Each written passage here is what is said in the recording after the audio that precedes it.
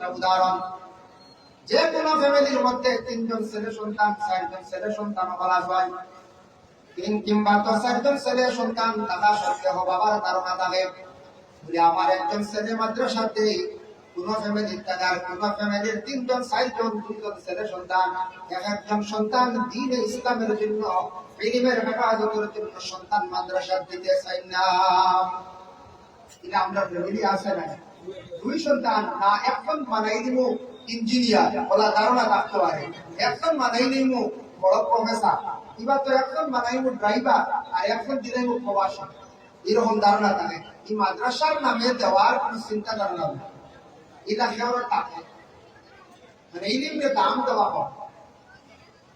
দুই নম্বরে কাছে গিয়া আল্লাহর বন্দেগান একটা উদাহরণ আপনাদের সম্মুখে আমি আনতে চাইতে হয়। তার ছেলে সন্তান স্কুলের মধ্যে পড়াইতে আসে, একটা ছেলে স্কুলে পড়াইছে বা আপনার মেয়ে পড়াইছে, সাবজেক্ট আছে স্কুলের মধ্যে 5টা বা 6টা, মেইন কঠিন সাবজেক্ট আছে মনে করো 60টা সাবজেক্ট পড়াইতে গিয়ে প্রাইভেট মাস্টারকে সাবজেক্ট ওয়াইজ হিসেবে আপনার সন্তানকে আপনি পড়াইলাম, কোনো বাধা নাই, পড়াইতে আপনার ছেলের মেয়ের উপযুক্ত শিক্ষা দিলাম, শিক্ষা শিক্ষিত করতাম, 12 দিনে মাস্টার রাখিয়ে আপনার ছেলের উপযুক্ত জ্ঞান অর্জন করাইলাম। কিন্তু আপনার ছেলের বা আপনার একজন ছেলে হাফিজি মাদ্রাসা আলিমানাত যখন পড়া দিবা, দেওয়ার পরে দেখবার প্রায় ফ্যামিলি আমরা পড়াই আর দিকে বুঝিয়া ছেলে সন্তান করে প্রাইভেট পড়াইবার জন্য কোনো খোঁজ খবর নাই। মাদ্রাসার ছাত্রের প্রাইভেট পড়াইবে খুব কম, খবরও নাই, তো খালি দিছি মেসব খেয়াল রাখে আল্লাহর আওলা একটু আপনার লাগানি বলা হইবে মেসাবে খালি আপনার আল্লাহ বানাই দিতা, এগুলো পয়সা লাগেনি, প্রাইভেট লাগেনি, জেনারেল জ্ঞান হইতো প্রাইভেট মাস্টার রাখা লাগেনি, এই খবরও আমরা নাই। আমরা ইলমের লাইন রাস্তা যেটা এটার থেকে আমরা গুরুত্ব পাই না। মসজিদ যেগুলো আছে মসজিদ একটু উন্নত হইতো, যেমন মসজিদের মধ্যে একজন ইমাম সাহেব নিয়া গোটা মহল্লা দাঁড়ি আমরা চালিয়ে যাইয়া সলিদার ঠিক আছে, তবে একজন মেসাবে ছাত্রদের পড়াইতে 60 থেকে 70 জন উপযুক্ত বাচ্চাদের শিক্ষা দেওয়া সম্ভব নয়। মেসাওয়ার কিছু করার নাই, মহল্লার মানুষ হলে কর্তব্য হইল যে আরেকজন বাচ্চাদের পড়াই করার লাগে আরেকজন শিক্ষক রাখতাম। সবাই মক্তবর শিক্ষা যেটা ইসলামিক শিক্ষা, এটা একটা গুরুত্বপূর্ণ শিক্ষা, এটার উপরে আমরা মুসলমান বলে গুরুত্ব দিতাম। তাই আমরা এটার মধ্যে গুরুত্ব দিয়ার না, বাচ্চারা 120 জন 130 জন বাচ্চারা আছেন, এর মধ্যে 2 জন মেসাব রাখছি, 2 জন মেসাব নিয়ে বাচ্চাদের আমরা শিক্ষা দিয়া একজন মেসাবে 30 জন হাইয়েস্ট। আমরা দেশ প্রচলন হয়ে গেছে 60-70 জন পড়াই যায় আপনারা, কিন্তু 30 জনের উপরে এক মেসাবে বাচ্চা পড়াইলে পুরাপুরি পড়ার হক কিন্তু আদায় হয়। এটার ব্যাপারে আমরা গুরুত্ব দিই না। ও ইলম আমরা জমিন থেকে উঠে প্রায় ছাত্র আসন, প্রায় বাচ্চারা আসন, এখন মর্নিং ক্লাস হওয়ার কারণে স্কুলে দিছন, গার্জেনটা হলে জেনারেলটা অধিক গুরুত্ব দিছন, ইসলামিক শিক্ষাটারে পিছনে রাখছন, প্রায় বাচ্চারা এখন সবাই বক্তব্য জবানি পড়া যেগুলা এগুলা সব বাচ্চারা জবানি না হয়। বেজান হইতে আল্লাহ মাইনা নাস্তা আইনুকা শুদ্ধ করি অনেক বাচ্চারা পড়িতে পারে না। তাইলে এগুলো তাইলে যে মা এবং বাবা, মা বাবাই লাগে থাকে। তার বাবাইয়া কাছে তখন আল্লাহর বন্দেগান গোটা মহল্লা চালাইতে গিয়া, মসজিদ চালাইতে গিয়া দুঃখ লাগে। কিছু কিছু মহল্লার মধ্যে দেখবা যে মহল্লা সারা মাসে 200 টাকা বা 150 টাকা সাদা পড়ে, এই মহল্লা 200 বা 150 টাকা হুকুম দিতে সময় আপনার বকায়া রয়ে যায়। আপনারা এটা ভয় তো রয় না, প্রায় মসজিদে 200 টাকা ওপরে আটকে যায় না, 150 টাকা ওপরে আটকে যায় না, হুকুম দিতে সময় আমরা গাফিলতি, জীবন বাড়াইতে সময় আমরা বড় দুর্বলতা, বড় কষ্ট হয়। কিন্তু এমনি প্রচুর টাকা খরচ করিয়া কিন্তু মসজিদ আল্লাহর রাস্তা, মসজিদ অনেক সুন্দরই চলতো, ইমাম সাহেবের বেতন ক্লিয়ার হইতো, মসজিদের বিভিন্ন কাজ কাম হইতো, আল্লাহর রাস্তা 500-200 টাকা পড়ে, এখন আমরা দিতে সময় প্রভৃতি করি যে আমরা ইসলামটা কতটুকু উপরে রাখতাম পারবো, ইসলামটা কতটুকু জিন্দা আমরা রাখতাম পারবো। এই বকিরতাকে আমরা সরিয়া থাকার চেষ্টা করতাম, আল্লাহ এই বকিরতাকে আমরা দূরে রাখতাম। আমরা এটার মধ্যে একটা বকিরতা আছেন না, না বলছে আছে, একটা বকিরি আছে, এরপরে মাসও 200 টাকা পড়ে, এখন আমরা দেই না, খুব বকিরি আমরা। ও রাসূলুল্লাহ বলেছেন ইলম জমিনটা কি দিব, আজ দেখো গায়ে মসজিদে উপযুক্ত আলিম রাখতা, আলিম রাখতে সময় বেতন একটু বেশি লাগবে না, বেতন তো বেশি লাগবে, উপযুক্ত টাইটেল বাস, এদিকে হায়ার সেকেন্ডারি বাস বা বিএ বাস, আলিম যদি রাখেন মসজিদ কিবা তো একটা কি আরো কম ওয়ালা বেতন একটু বেশি লাগবে, আমরা চাইবো খালি কম পয়সা একটু নতুন হিসাব রাখতে বলা না, কম পয়সা রাখতে আমরা রাখার চেষ্টা করি। বেশ পয়সা আমরা দিতে সময় একটু আমরা জবর হয়ে যায় গিয়া এর লাগি ইলমের চর্চা কমের কিতাব লাগি জানেননি তাই আলিম হলে মসজিদের বেতন কম থাকার কারণে সিঙ্গাপুর, মালয়েশিয়া, সৌদি, বেঙ্গালুরু, ভারতের বেঙ্গালুরু, চেন্নাই, মহারাষ্ট্র গিয়া বিভিন্ন কোম্পানি বিভিন্ন বিজনেসে জড়িত যারা পড়িয়া আলিম হইছ দিনের খেদমত করতাম, মসজিদের একটা খেদমত যেটা এটা দিনের বহুত বড় খেদমত, মাদ্রাসা পড়াইলা খেদমত, এরা এখন সারা বাইরে দেখবে যার কারণটা কিন্তু আলিম হল দেখতে খেলে আমরা কিছু দুর্বলতার কারণে আমার মনে হয় বলেন আমি বলছেন আমরা দুর্বলতার কারণে আলিমহল হারাইয়া বেঙ্গালুরু, চেন্নাই উপযুক্ত আলিমহল, সৌদি আরব সব দূরে দূরে গিয়া ব্যবসা বাণিজ্য জড়িত। এখানে আরেকটা জিনিস বইতে হবে আলিম সাহেব তাই না আরেক ব্যবসা লেগে আলিম হইলে ব্যবসা তিজারত করতে হবে কোনো বাধা নাই, তার কারণে আমরা উপযুক্ত আলিমহল আমরা নিজে হারাইয়া তাই আল্লাহর বান্দাগণ এর লাগি রাসূলুল্লাহ ফরমায় আইয়ার ফাআল ইলমু আইলিম দুনিয়া জমিন থেকে উঠে যাইব গিয়া সাহাবায়ে কেরাম আপনার প্রশ্ন করেন ইয়া রাসূলুল্লাহ ইয়া হাবিবাল্লাহ ইলম দুনিয়া থেকে উঠে গেলে কি অবস্থা দেখা যাইব? আল্লাহ রাসূল ফরমায় দুনিয়ার জমিন থেকে যে সময় ইলম উঠে যাইব ইলম আস্তে আস্তে কমে যাইব তখন মানুষের মধ্যে বুরাই ভাবে বেশি দেখা দিব, গাফিলতি দেখামে দুনিয়ার জমিনের মধ্যে দেখা দিব। দুই নম্বরে আবার আল্লাহ রাসূল সাল্লাল্লাহু আলাইহি ওয়াসাল্লাম ফরমায় ওয়ায়াকসুরাল জাহলু দুনিয়ার জমিনের মধ্যে খুব বেশি জাহিলিয়তের কামে দেখা দিব। জাহিলি কি? দুনিয়ার জমিনের মধ্যে জাহিলি দেখা দিব। জাহিলি হলো গোটা কোন মানুষের জ্ঞান হোক মানুষের কাছে দেখাইতে পারবা বলে আমার জ্ঞান বেশ তার কতটুকু জানা নাই। কোন মানুষ দেখবা শিক্ষিত মানুষের কাছে গিয়া এমন ভাবে কথাবার্তা আরম্ভ করবো বুঝা যাইব জ্ঞান বেশ। মসজিদের ইমাম সাহেব আলিম সাহেবের সামনে গিয়ে মাস্টার দেওয়া আরম্ভ করে দিবা এটা হইল জাহিলি কাম। কোন মানুষের না হোক কাম করছে না হকের সঙ্গে থাকবা হক মানুষের সঙ্গে থাকতা নাই। আমার মানুষ হলে শরীয়ত বিরোধী কাজ থেকে একজন মানুষকে আলোক করিয়া রাখছ বলে এই মানুষটা হইল মুঠি বন্ধ একবারে এই মানুষ আমরার মহল্লার লোকে নাই ও ব্যক্তির সঙ্গে দেখবা এক পুরো মানুষ হল থাকবা এইভাবে জিহালাতি এক সময় দেখা দিব কিয়ামত করাবে। কিছু আমরা আরম্ভ হইতে না যদি হামসে এক পুরো মানুষের পানিশমেন্ট দেওয়ার লাগে আলাপ কইরা হয় 60% টাকা ঠিক আছে পানিশমেন্ট হইতা 40% লগে টাকা রাখলে এটা আমগু গাওর মাঝে জানি না আল্লাহ বলি দিছে হইবার আগে এটা আউলি গাওর কমিটি ঠিক নাই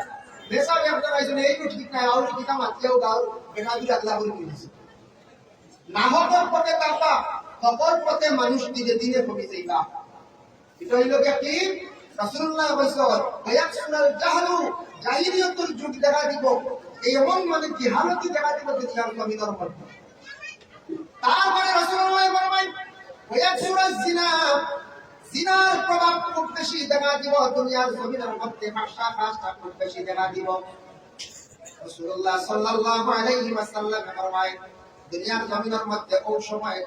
এই ধরনের গুনাহ দেখা দিব গুনাহ কবিরা মানে জিনা পুরুষ এবং মহিলা অর্থাৎ পুরুষ এবং পুরুষ। আল্লাহর হাবিব সাল্লাল্লাহু আলাইহি ওয়াসাল্লাম ফরমায় যদি কিংবা কোনো পুরুষ হঠাৎ শয়তানের ধোঁকার মধ্যে পড়ে যাব পুরা লোকের দান্দায় হোক কোনো পুরুষের যদি পুরুষের সঙ্গে যদি সে লাওয়াতার যদি করে এটা গুনাহ কবিরা। এমন গুনাহ কবিরা আল্লাহর হাবিব ফরমায় কিয়ামতের দিন এই পুরো মানুষে আল্লাহ পাক রব্বুল আলামিন হাসরের ময়দানে তাদেরকে আলাদা করিয়া রাখবা। যে পুরুষ এবং মহিলা উভয় দুই জাতির মধ্যে মিলামিশা হইব গুনাহ কবিরার মধ্যে লিপ্ত হইবা যেখানে পয়াত আছে যে গুনাহ জিনা গুনাহ কবিরা কিয়ামতের দিন তাদের মধ্যস্থানকে আল্লাহ পাক রব্বুল আলামিন হাতির ফুলের মতো লম্বা বানাইয়া রাখবা। পুরুষ এবং পুরুষের মধ্যে যদি কোনো ব্যতিক্রমে হঠাৎ যদি কোন পুরুষের লাগে যদি করে এটাও গুনাহ কবিরা তাহলে ওইটা কিয়ামতের দিন এরারে আলাদা করিয়া রাখবো। কি আলাদা করিয়া রাখার কারণ কিটা পুরো করে আলোচনা করবে। আর পুরুষ এবং মহিলার মধ্যে যখন এই ধরনের অবৈধ গুনার কাজ করবা দুনিয়ার জন্য কোনো মানুষের দেখছে না তারা লুকায়িত অবস্থায় করছে কিন্তু লুকাই অবস্থায় যদি এই গুনাহ করিলা হেওয়ার যদি হয় না সাক্ষী বানায় না আল্লাহর কাছে যদি মাফ চাই না আল্লাহ তার মাফ দিলাইতাম সুবহানাল্লাহ। আখেরাতে যদি কই যায় কেউ দেখিলেন সাক্ষী যায় আর কিন্তু ভাব নাই এরা বিচার আল্লাহ কি কোনো বড় গুনাহ করলে কোনো মানুষে কেউ দ্বিতীয় মানুষের কইতো না দেখাইয়া গুনাহ করা যাইতো না এটা তার সাক্ষী বড় ধরনের যদি সে গুনাহ করে কোন বান্দা বান্দিরা জীবনে গুনাহ মসুল গুনাহ করার পরে যদি হঠাৎ যদি চিন্তায় যায় জীবনে আমি জিনা করে যাইছি আল্লাহ বড় গুনাহ কবিরা আমি করছি আল্লাহ কেউ দেখছে না আপনি তো দেখনে वाला আপনার তাকি লুকানে वाला কেউ নাই আল্লাহ আপনার ফেরেশতা বলে দেখছেন আল্লাহ একমাত্র আপনার কাছে বিপঙ্গের জীবনে এই ধরনের গুনাহ আমি আর করতাম নাই যদি কোনো বান্দা এরা সাক্ষী যদি বানায় না তাহলে এই বান্দাদের গুনাহে আল্লাহ মাত্র রব্বুল আলামিনে মাফ দিবা যারা হরদম তওবা করবে আবার গুনাহ করবে তওবা করবে আবার সেই গুনাহের মধ্যে জড়িত থাকবা কিয়ামতের দিন জিনাকার এরারে আল্লাহ পাক রব্বুল আলামিন হাশরের ময়দানে লজ্জাস্থানে হাতির ফুলের মতো লম্বা বানাইয়া সম্মানিত করবা আল্লাহ পাক রব্বুল আলামিন যখন হাশরের ময়দানে রাখবা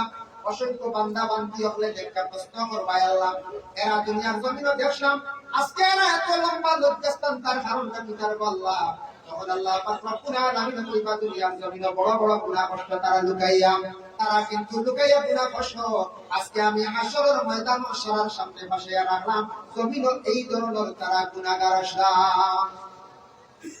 এই গুনাহ যেটা এই গুনাহটা আমরা মিশকাত শরীফে দিনতে সাদির মধ্যে পড়াইতে সময় দর্শক না উস্তাদ বলে পড়াইতে সময় যখন দুনিয়ার জমিনের মধ্যে এই গুনাহটা বেশি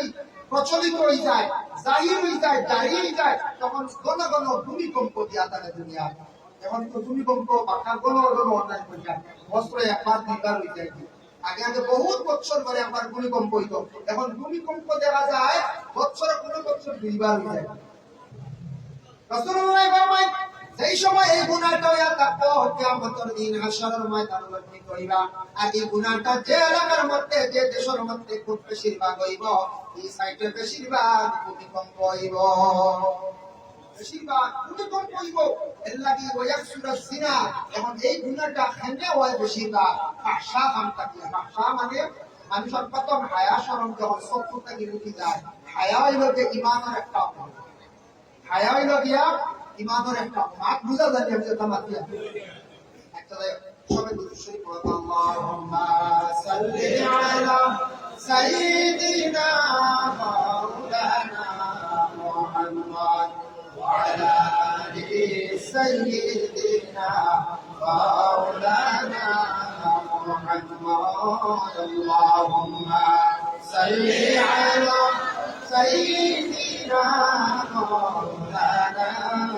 محمد وعلى آله سيدنا مولانا এই গুনাহটা দুনিয়ার জমিনের মধ্যে খুব বেশি হইয়া থাকে ওই সময়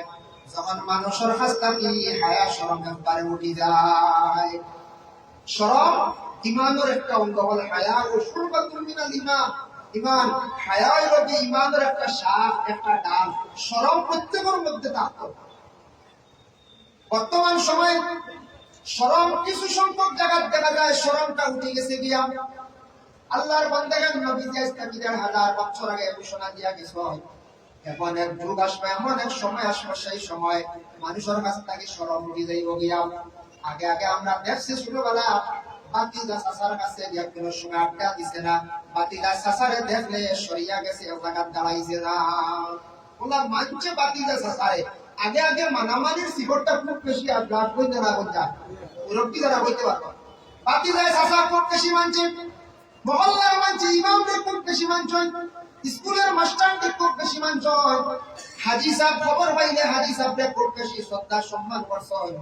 কারণ মানামানির সিগরটা আগে খুব বেশি আসো আওলাদে তার বাবারে মারে খুব বেশি মানছে এমন অবস্থা হইছে নবীজি হইয়া গেছে এমন এক সময় আসবো হায়া শরম জমিন থেকে উঠিব কিয়ামতের আগে কিয়ামত যখন দাঁড় লই লইব আওলাদে তার মা বাবারে মারবো মারতে সময় দিটা বুঝ করতো না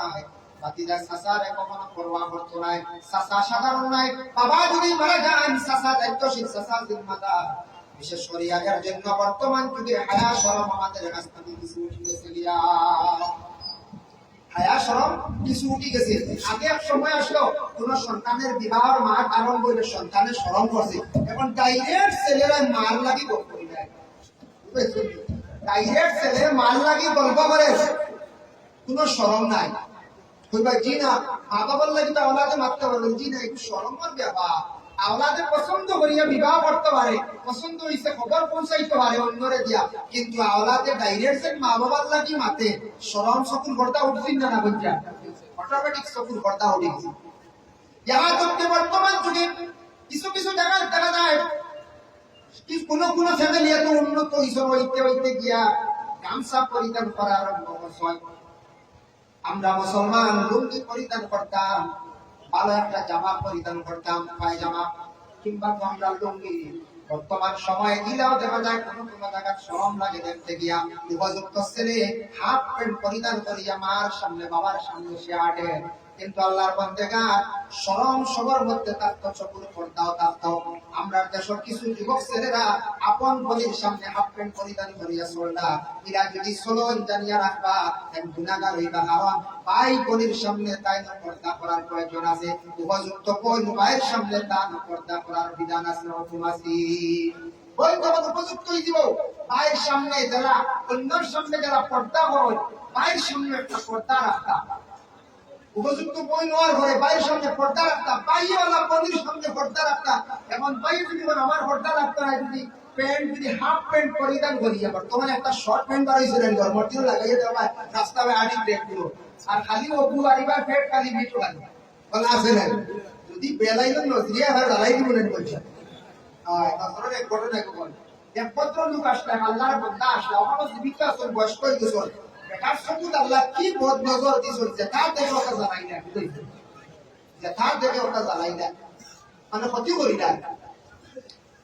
মসজিদের মেসাবে এই মানুষের দেখলে টিভি খুললে আবার বন্ধ করে দিয়ে দেবে, বলা সময় আসা নাম বই আর নাই, বেটা আমার যেটা আসলে বয়স্ক হয়ে গেছে। ও মসজিদের পুষ্করণী খুব বেশি জার্মানি হয়েছে, জার্মানি ও হামসার দুই মুরব্বী হইলার ও পুষ্করণী জার্মানি তা সভা করাইতে না, এর মধ্যে একজন উঠলে কইলা গাও অমুক দেখাইয়া দেখি না কেমন লাগতো, জার্মানি দেখাইয়া দেখি বেটা কইলো তাই তো হতে দিন তোমার রক্ত লাগা রক্ত দিনও বেশি আছে। পরের দিন একজনে আরেকজনে মার কথা আরম্ভ করলা, এই দাওয়ার কিতার তুমি সামনে আস্তা হুকুম লই দিলে জার্মানি নিয়ার কি আস্তা হুকুম তুমি কি আর বলনি বেটা আপনার সেয়া কইছে ইয়ে হাসাল তো আস্তা হুকুম যেমনে হইছে এক সপ্তাহ সারা জার্মানি বসে। এটা যদি কোনো মানুষ গাহাত করে বুঝে যেমন যে জ্বালাই দিব না, খালি গায়ে কোন পুরুষ খালি গায়ে যদি চলিয়া তখন মকরু, খালি গায়ে চলার চেষ্টা করেন না জানি আপনার সুন্দর বদন আছে। কোন মহিলায় যদি পুরা নজরে যদি মহিলায় যদি চায়, মহিলাও গুণাগার, আপনাও গুণাগার, আর আপনিও যদিও চান তাহলে আপনাকে বিশেষ করে আপনিও গুণাগার হইলাম আল্লাহর বান্দাগণ। এর জন্য যুবক ছেলেরা আমাদের দেশে কিছু জায়গায় দেখা যায় পাতলা গামছা পরিধান করিয়া বাড়ির মধ্যে হাঁটি দিয়া হয়, এটা লজ্জাজনক ব্যাপার। আর যুবক ভাই আল্লাহকে বাঁচতে বাবার সামনে মায়ের সামনে শরম রাখো, জীবনে তোমার ফায়দা হইব। পাতলা গামছা হাফ প্যান্ট পরিধান করিয়া তোমার জীবনে তুমি চলিও না। প্রতিবেশী মানুষে দেখলে, আলিম সাহেব বলে দেখলে, হাবিব সাহেব বলে দেখলে তোমার নিয়ে নিন্দা করবা, সমালোচনা করবা, সমালোচনার পাত্র হইবাই। এর লাগি সমাজে যদি গণ্য হইতে চাও, আগে নবীজির আদর্শে আদর্শ হওয়ার চেষ্টা করো, আদর্শ বানার চেষ্টা করো। জীবনে আখলাক চরিত্র সুন্দর বানাবা, কাপড় যেটা পরিধান করলে মানুষের নিন্দা করে না, এইভাবে চললে মানুষের নিন্দা করে না, এইভাবে আমরা চলতাম না। জেলা চললে মানুষে ভালো হইব, জেলা চললে মানুষে ভালো হইব, ওইভাবে আমরা চলার চেষ্টা করতাম। ও ভাষা কামটা কি গুণা কামটা কি মানুষ গুনার মাঝে লিপ্ত হয়েছে, গুণাটা হইল গিয়া গুণা জিনা। জিনা সম্পর্কে সামান্য আমি আপনাদের সম্মুখে আমি আলোচনা আনতে চাই। আল্লাহর বান্দাগণ কোরআন আল কারীমের মধ্যে ঘোষণা করেন, আয-যানিয়াতু ওয়াজ-যানি ফাজলিদু কুল্লা ওয়াহিদিন মিনহুমা মিআতা জালদা। আয-যানিয়াতু ওয়াজ-যানি, জিনা করনেওয়ালা পুরুষ এবং মহিলা উভয়ের যদি একবারে স্বচক্ষে যদি দেখা যায়, বাস্তবে স্বচক্ষে দেখনেওয়ালা সাইজমিতা পাঁচটা শিশু আলাইহিন্না আরবাআতুম মিনকুম, আরবাআতুম মিনকুম, সাইজন দেখনেওয়ালা এটা আটটা চৌকি। যদি রাখে দেখনেওয়ালা সাইজন না হয়, একবারে দেখলো হইতো না, আরেকজন ডাক্তারি দেখাইতা, আরেকদিন আরেকজন ডাক্তারি দেখাইছো, তোমরা তো একসঙ্গে সাইজনে দেখছো, তাহলে শরীয়তের হুকুম হইল গিয়া এরা দোষী। এই দোষী করে তুলা মারা হইতো, তুলা মারা হইতো, মিয়াতা 100 টাকা না দেওয়া হইতো। ইমাম আবু হানিফা রাহমাতুল্লাহি তাআলা আলাইহি কওলিয়া কোন পুরুষ এবং মহিলাদের যদি এই ধরনের অবৈধ কাজের মধ্যে যদি দেখা যায় তাহলে 100 তাদের ডান্ডা লাগাও। ডান্ডাটা শরীয়তের হুকুম হইল একটা ফঞ্চি হইল যেটা দ্বারা মারতে সময় কিরা মারা হইতো এমন ভাবে মারা হইতো যাতে সে বুঝে তার শাস্তিটা ভোগ করছে ওলা পাটে মারা হইতো। এমন বেশিও জুড়ে না এমন আসতেও না মারা ব্যাপারে বিভিন্ন মত অঞ্চল কেউ কইছেন মারা খাওয়ার মধ্যে, তবে বেশিরভাগ মত হইল গিয়া মারা হইল গিয়ে পিঠির মধ্যে 100টা ডান্ডা দিয়া 1 বছর লাগি তাদের দেশ ছাড়িয়া কাড়াইয়া দেওয়া হইতো। বুঝবাইকার শরীয়তের হুকুম 1 বছর লাগি বাজু ছাড়াই দিতে আর মুখ আর দেখা দেখি না, এটা শাস্তি তাইতাই শরীয়ত এটা আমরা ভুল বসলাম 1 বছর লাগি আমরা গ্রাম ছাড়াই দিছি মানছে আমরা কাড়াইয়া দিতেছি শরীয়তের হুকুম। আল্লাহর বান্দাগণ এর জন্য বিশেষ শরীয়ত দেওয়া এখন হইল গিয়া আরেক বড় বিবাহিত পুরুষ এবং মহিলারা যদি বিবাহিত কোন পুরুষ এবং মহিলা এই ধরনের অবৈধ কাজের মধ্যে যদি পাওয়া যায় তাহলে শরীয়তের হুকুম হইল গিয়া এরার উপরে রজম বাকে হয়ে গেছে রজম রূপে পাত্তর মারা খবর পর্যন্ত বর্ত করিয়া গাড়িয়া